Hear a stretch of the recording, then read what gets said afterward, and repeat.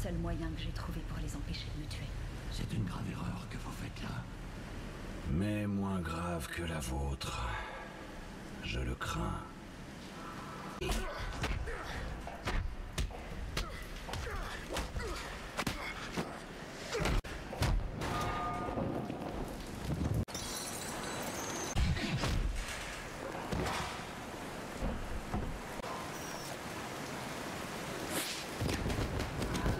Théâtral et les subterfuges en imposent aux non-initiés.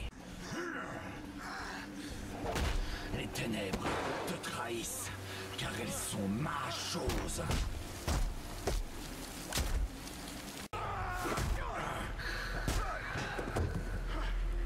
Ta volonté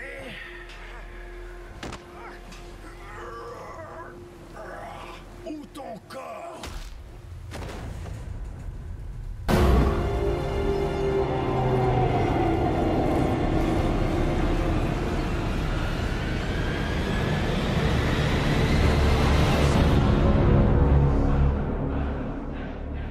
Eh bien salut à tous les amis, c'est bien moi Legoman. Et aujourd'hui on se retrouve pour une nouvelle vidéo, une nouvelle review. La review de mes 3 nouveaux customs de Batman The Dark Knight Rises. Dans cette review je vous présenterai Catwoman, Bane et le tant attendu Batman. Alors pour commencer, j'espère que vous avez aimé la petite intro, le petit brick film représentant la bataille entre Bane et Batman, quand Batman s'est fait livrer à Bane par Catwoman pour sauver sa vie, entre parenthèses. Donc voilà, c'est le petit combat qui a eu lieu dans les égouts de Gotham City dans The Batman The Dark Knight Rises. On commence tout de suite cette review avec la figurine de Batman dans sa dernière version de la trilogie de Christopher Nolan, donc dans sa version The Dark Knight Rises.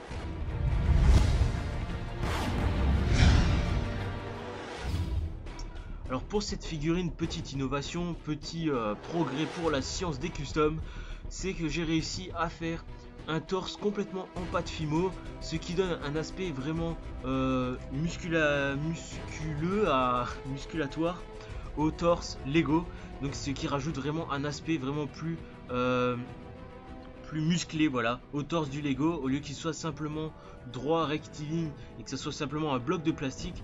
Je suis venu ajouter beaucoup de détails donc avec cette pâte fimo qui vient apporter tout le détail nécessaire à réaliser un Batman dans une version qui s'approche le mieux à celle qu'on peut voir dans les films de Christopher Nolan et surtout dans le film The Dark Knight Rises. Donc c'est pour ce faire que j'ai réalisé ce torse en pâte fimo avec beaucoup de détails, surtout au niveau des abdominaux. Et puis les pectoraux, et puis sur les côtés, les 3 côtes représentées par les 3 petits triangles. Et puis toute la peinture qui vient ornementer cette pâte fimo, voilà, qui vient la sublimer, on va dire, et ce qui vient rajouter surtout une touche d'originalité à ce torse. C'est vraiment ça le point principal de ce custom. C'est pour une fois, au lieu d'avoir un torse simplement rectiligne, simplement voilà, un bout de plastique, je suis venu rajouter par-dessus de la pâte fimo et ajouter ces détails vraiment fabuleux qui viennent donner vraiment un aspect limite humain en fait, avec les pectoraux, les abdominaux et les côtes qui ressortent. Voilà, c'est limite une musculature, une ossature humaine qu'on vient fixer sur un Lego. Et ça, c'est vraiment un point fort de cette figurine. Donc je ne vous cache pas que pour arriver à ce résultat, j'ai eu pas mal d'heures de boulot.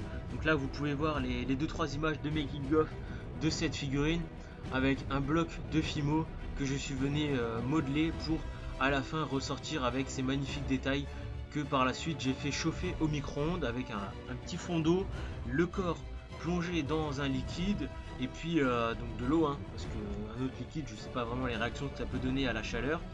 Donc ce corps que je suis venu plonger dans l'eau, passer au micro-ondes 2 minutes à puissance maximale. Donc ça m'a donné ce résultat, la pâte fimo a durci. Puis par la suite vous pouvez voir sur le côté la petite aiguille avec la tête rouge qui m'a permis de sculpter les détails de la ceinture et les détails de la musculature du torse.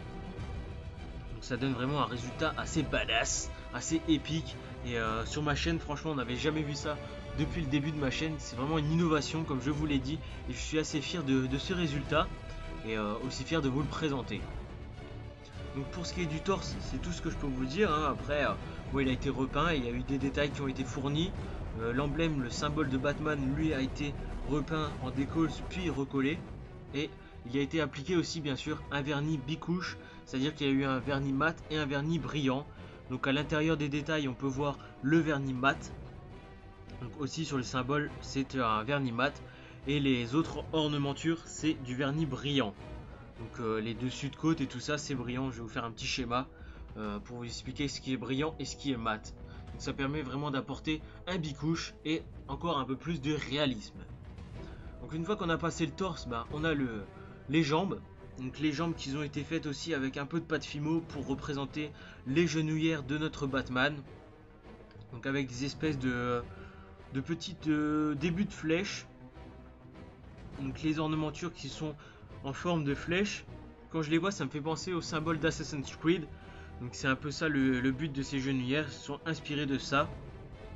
Et donc elles sont parfaitement disposées au niveau des genoux de la figurine, avec un petit ovale au milieu pour représenter aussi un effet de genouillère, qui ont été ensuite repeints, alors avec pareil au milieu un vernis mat et sur les tours un vernis brillant pour ajouter toujours un peu de réalisme.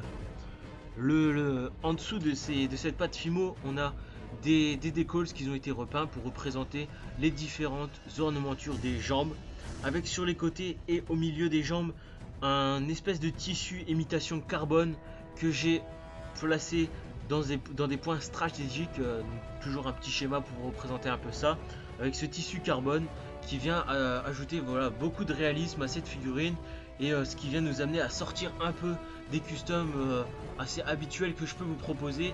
Donc voilà, vraiment avec un custom beaucoup plus original, avec beaucoup d'autres techniques, du tissu, de la pâte Fimo, de la peinture mat. Voilà, il y a vraiment beaucoup d'innovation sur ce custom, et c'est ce qui fait sa grandeur.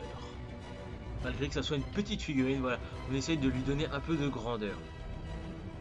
Voilà, les jambes vraiment détaillées avec cette imitation de carbone qui vient représenter très bien l'effet Armorate de toute la combinaison de notre Batman.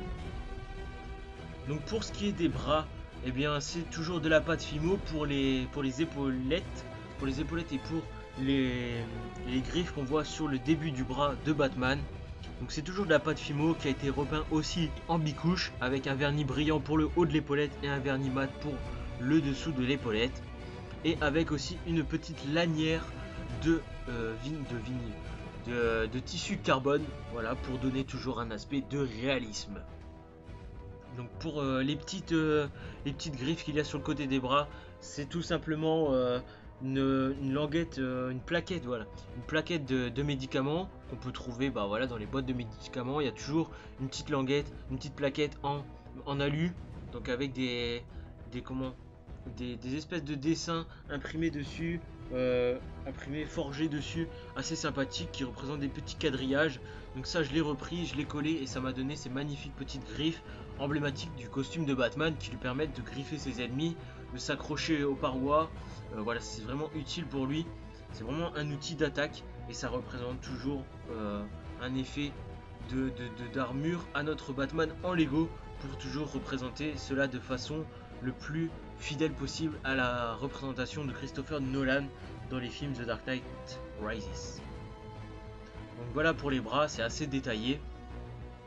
Donc ces bras nous amènent tout de suite au masque de Batman, qui pour les plus fidèles de la gamme super-héros, plus particulièrement DC Comics, il s'agit des casques 2015 de Batman qu'on peut avoir dans le Batman en version Spaceships, en version guerrier de l'espace.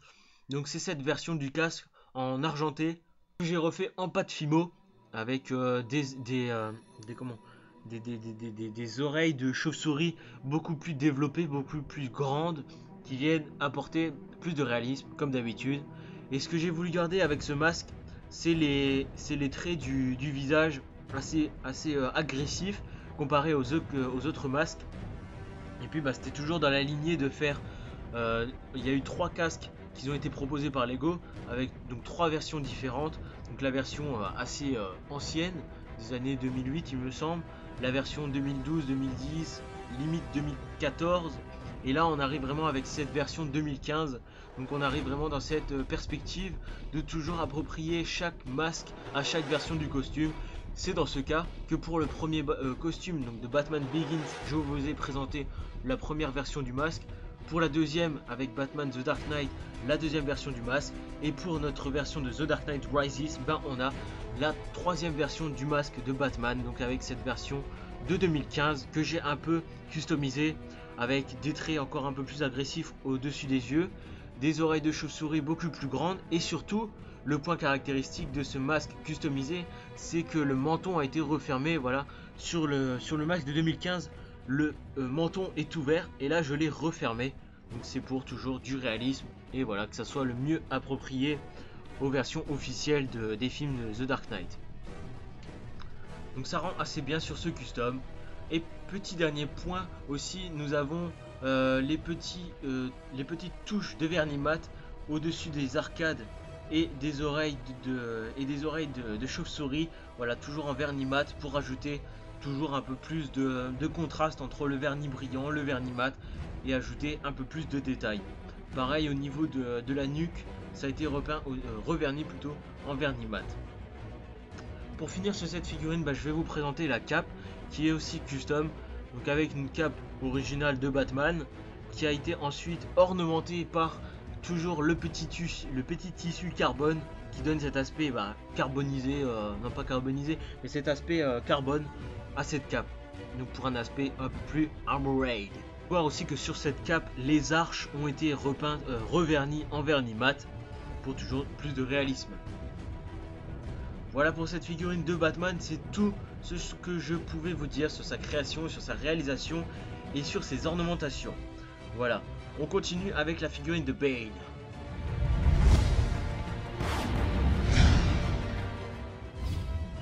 Donc voilà les amis, on se retrouve avec notre figurine de Bane. Donc vous l'avez très certainement reconnu, c'est bien Bane dans sa version The Dark Knight Rises, avec un casque mais d'une magnificence absolue. Donc voilà, j'avais vraiment jamais fait quelque chose d'aussi beau, en pâte fimo, aussi détaillé, et ça me fait vraiment hyper plaisir de vous le présenter aujourd'hui en vidéo.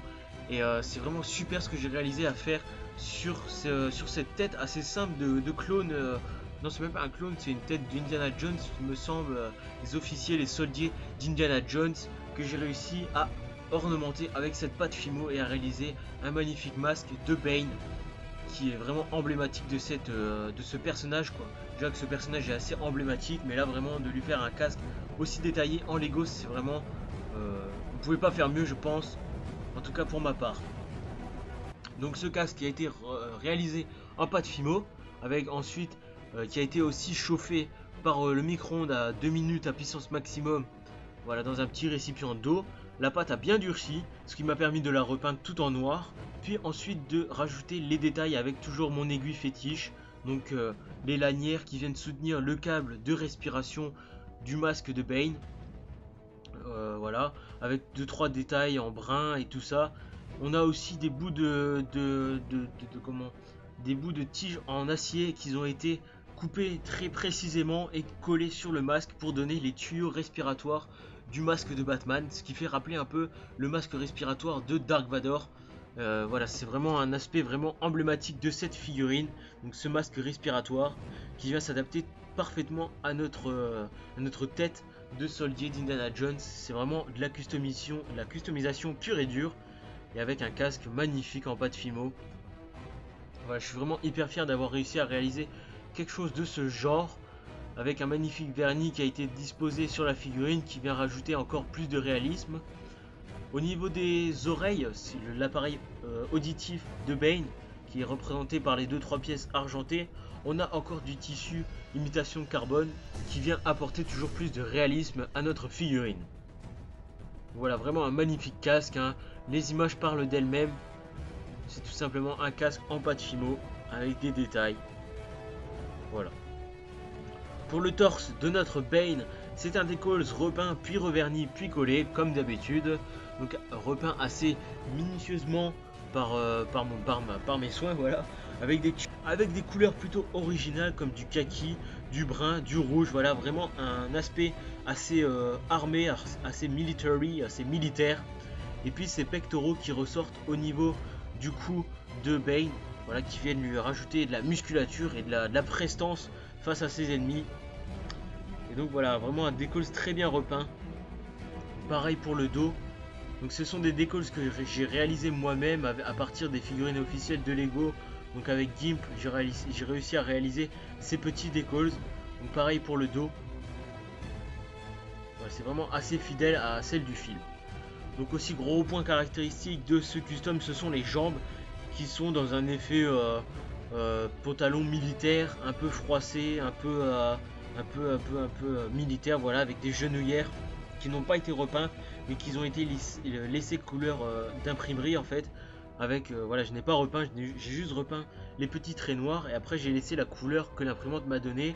Pareil pour les poches, ce qui permet de donner un contraste entre le pantalon et toutes les petites poches, les petites genouillères qui viennent ornementer ce pantalon.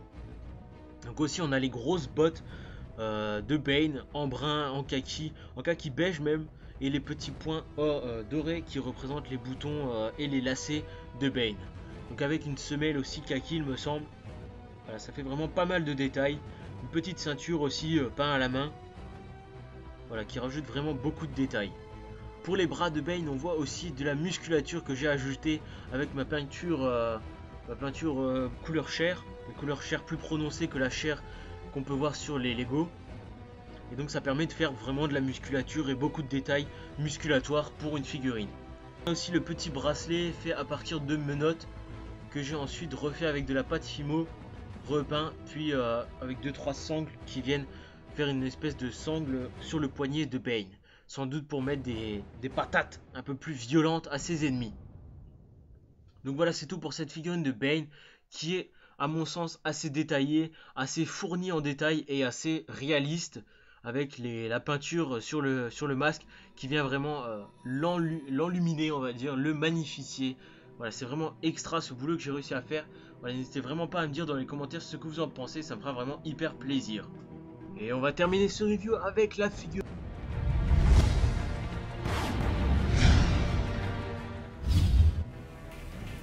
qui se trouve à présent sur la Batpod de Batman, comme on peut le voir dans le film The Dark Knight Rises.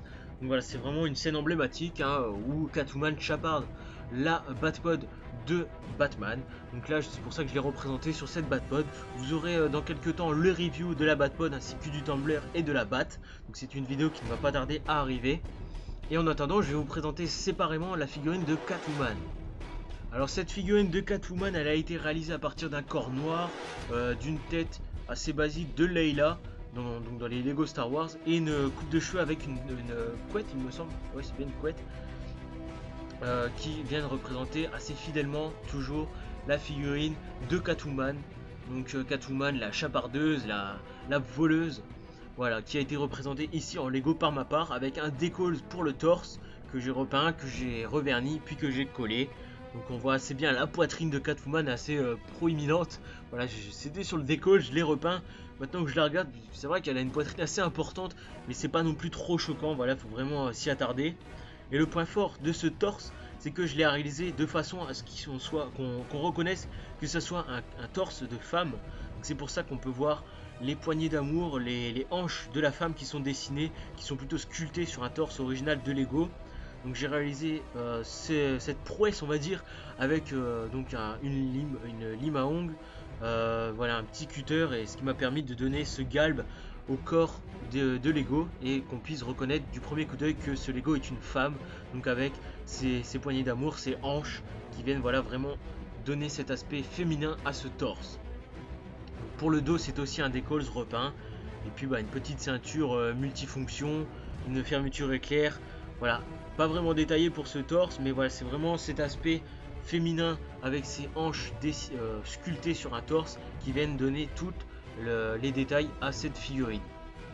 Pour les jambes, ce sont des jambes des figurines Spaceship, des Space Marine de la série 14 ou 13, la dernière série en date des mini-figurines à collectionner, donc que j'ai repris. Vous pouvez voir en bas de la jambe, qui vient terminer cette jambe, un talon, donc comme on peut voir sur cette image, donc le talon de Catwoman qui a été représenté ici sur les jambes. Alors j'ai coupé en espèce de triangle avec un cutter des talons, donc ça vient rajouter toujours plus de réalisme et toujours plus de féminité à cette figurine. Pour le masque, il a été peint à la main, donc assez homogènement, assez symétriquement de chaque côté. Donc on peut voir la tête par-dessous, ouais, que j'ai repeint avec du rouge à lèvres et puis un masque. Et par-dessus j'ai fixé une coupe de cheveux assez féminine avec des oreilles de chat qui proviennent de cette pièce. Donc voilà, c'est les petites accroches qu'on retrouve dans la plupart des sets Lego que j'ai découpé pour faire les petites oreilles de chat de Catwoman pour cette figurine. Voilà, les mouvements sont assez fluides, voilà, on peut bien bouger les pièces. Donc voilà pour cette figurine de Catwoman, c'est tout ce que je pouvais vous dire. Si vous avez d'autres questions sur cette figurine, sur les autres figurines, n'hésitez pas en commentaire. Je pourrai vous donner toutes les explications dont vous avez besoin, les explications complémentaires. En tout cas, merci beaucoup à tous d'avoir regardé cette vidéo. J'espère que vous avez apprécié la petite intro, j'espère que vous avez apprécié cette vidéo. On se retrouve très vite pour la suite de mes aventures sur YouTube. Portez-vous bien, bonnes vacances à tous et puis bonne chance pour les résultats de vos examens. Pour ma part, j'attends toujours. Et puis ciao à tous, kiss bye bye, kiss bye bye, kiss.